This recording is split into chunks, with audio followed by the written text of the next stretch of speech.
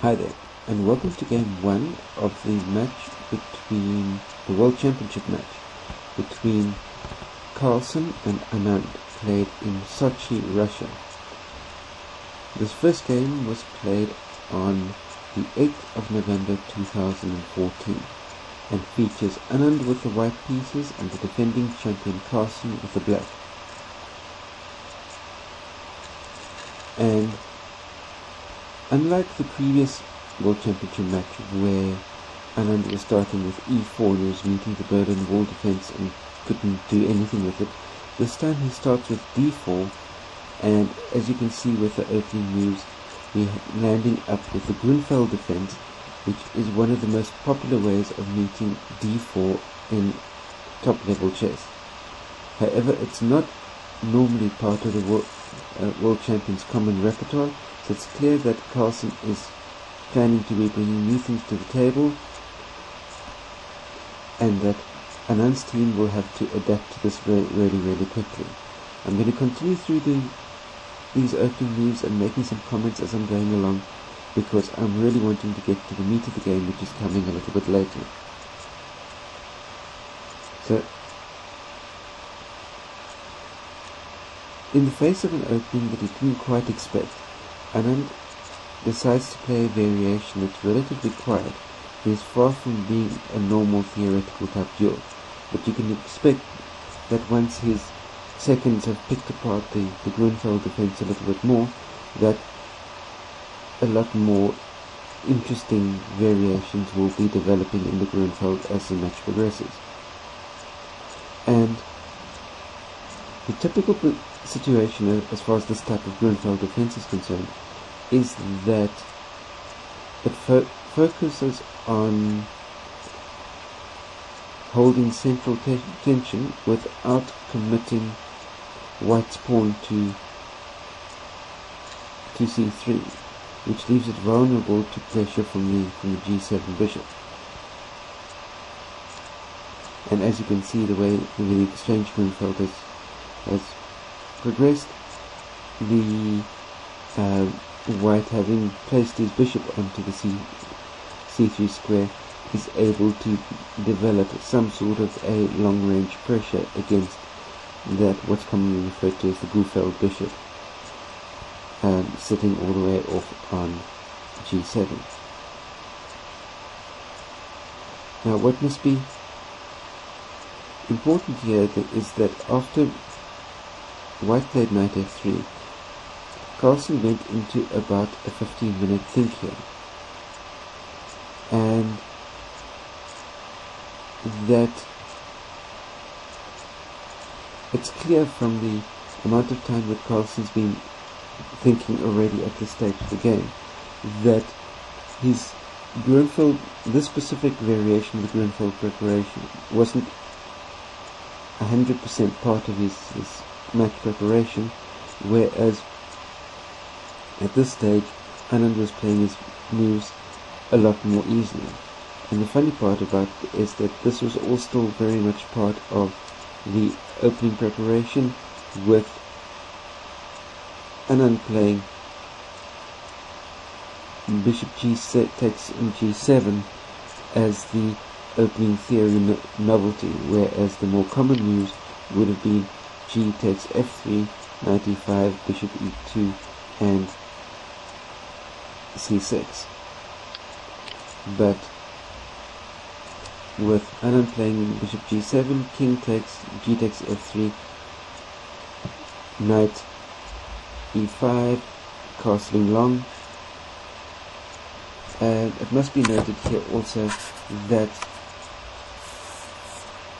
Anand is sitting with an isolated h-pawn, and these double pawns here on the f-file can easily be liquidated into another isolated pawn on the f-file as well, which could prove to be really problematical for white as the match progresses. But in this situation, it must be noted here that obviously knight takes f3 would be absolutely horrendous, because all that white would need to do is to play queen c3 check, and for knight falls.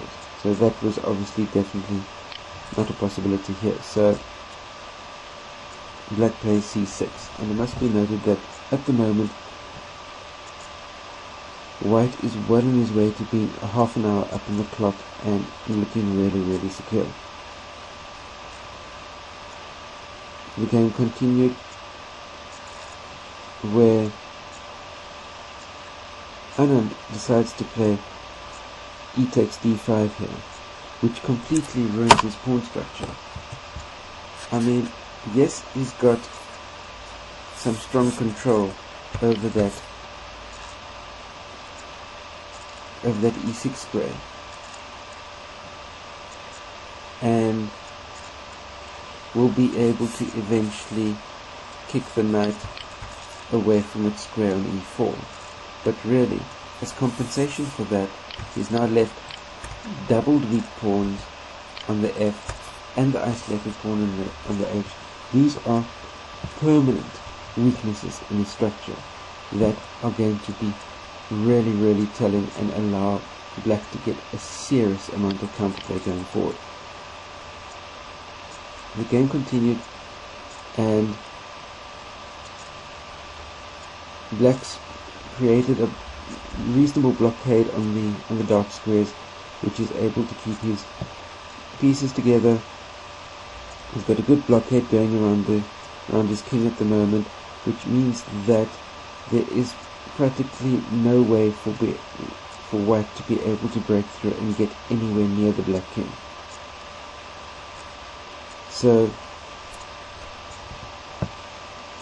and what we must remember from the previous match as well is that Carlsen's great resilience is finding what seems to be passive but at the same time way solid defensive moves, and just run the game out move after move after move, bearing in mind that he's got the advantage of youthful energy on his side. And what happened in the previous matches where Carlsen picked up his wins with the black pieces was he just ground out a super solid, strong position for a long period of time, and eventually Anand became fatigued and cracked under the pressure. And it almost happened again in this match. So as you can see, here for instance could have become a turning point here, because after white plays the queen b6, which is a really strong move. For instance, queen takes, a takes, king b1. Even that's not really anywhere near to be developing towards a clear advantage. At least in this situation, white has some sort of a target as far as the permanent weakness that black then has on the b file. Either which way, Anand chose to go for queen d2 as a means of supporting that d pawn up along the d file. Here again, Carlsen comes back, rook d1, rook he1. I'm just going to play through these next couple of moves fairly quickly, and that despite white's control over that e6 square, it's black that actually now stands better in the game.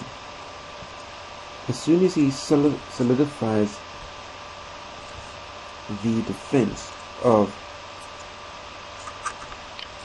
that e7 pawn, for instance, he can then start working on grinding down white's structure. And white's structure is in a prime position for grinding down because of these two phenomenally weak pawns. Black comes back with queen c7 check, king b1. Here, for instance, white could be looking at maybe establishing a rook onto that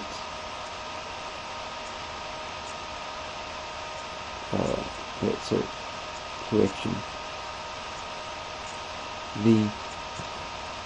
black playing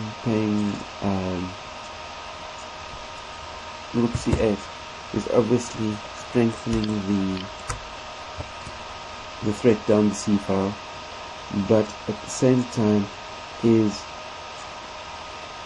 allowing white to be able to establish that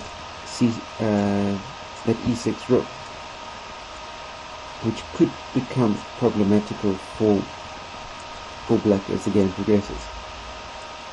But as you can see, with the push of to d6 is maybe a tactical way of getting rid of his weaknesses, but at the same time it's allowing an equalization and a simplification of the position. With this simplification, black is just sitting with a way solid queenside position, or a kingside position. His king is incredibly safe and nothing is really going to be getting through there.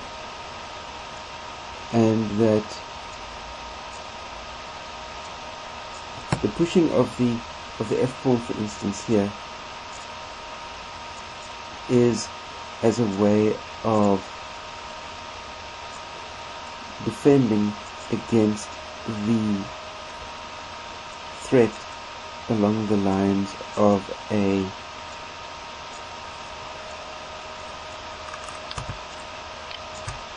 queen to e1 that could possibly come about. But as you can see, with black now really starting to gain some sort of semblance of control. He's got the control over that fifth rank, which allows his queen to swing from one side of the board to the other, eventually push the nicely centralized white queen out and away from the center and take up a centralized position for himself, which will then swing the initiative over into his favor. And as you can see, with the swinging of the pawn hither and yon along the fifth rank, he's managed to drive the queen back down away from the center, centralize his own queen, and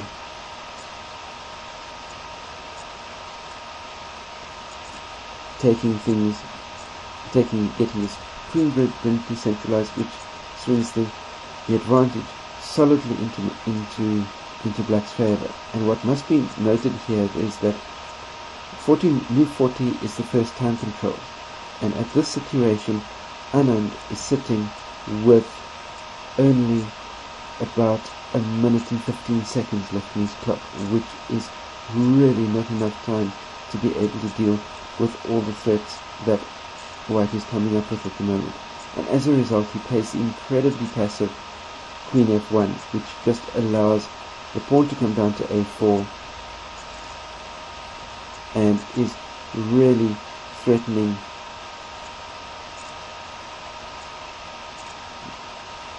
white in a serious way. For instance, we've got the threat of a check across to here,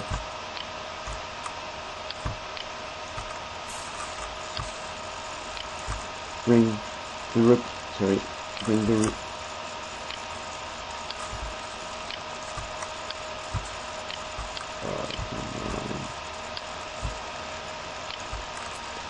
rook in behind the queen, and then black will have way serious threats.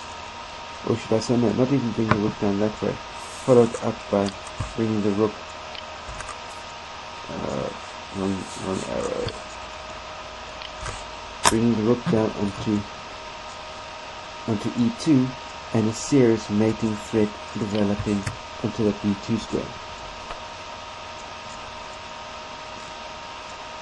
So Carlsen absolutely jumps all over the move, and now by playing rook b4 here, Anand's defensive position also includes a threat down onto that b7 square, which obviously Carlsen answers by playing b5, and essentially paralyzes White's position, but Anand has an incredibly important resource available to him, which literally allows him to seal the draw in the first game by way of a perpetual, and that's by playing the incredibly strong but at the same time unusually passive looking queen to h1. Obviously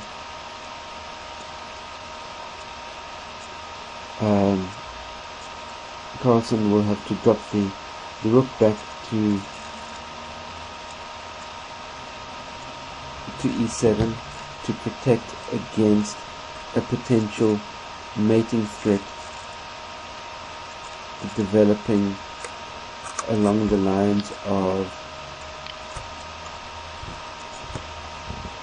a queen d7 check, because you must remember that the pawn is covering the g7 square as far as the flight square for Black's king is concerned. So obviously Carlsen has to drop the rook back, which then allows White to come up with queen d5. The rook comes back to e1,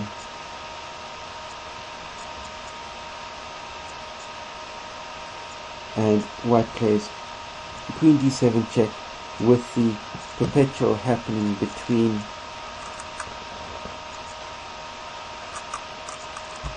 d7 and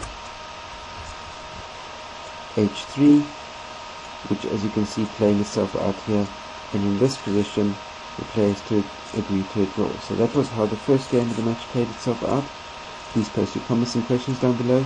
Click the thumbs up, like button as well, and share this video out amongst your chess friends. I'll be seeing you back on Sunday for the game 2, where Carlsen will be having the white pieces, and to ensure that you're able to stay up to date with that and all the other videos that I'll be posting after each and every single game of this match, click the big red subscribe button. That way you'll receive a notification of each of those games. Stay carved up for the win. See you next time.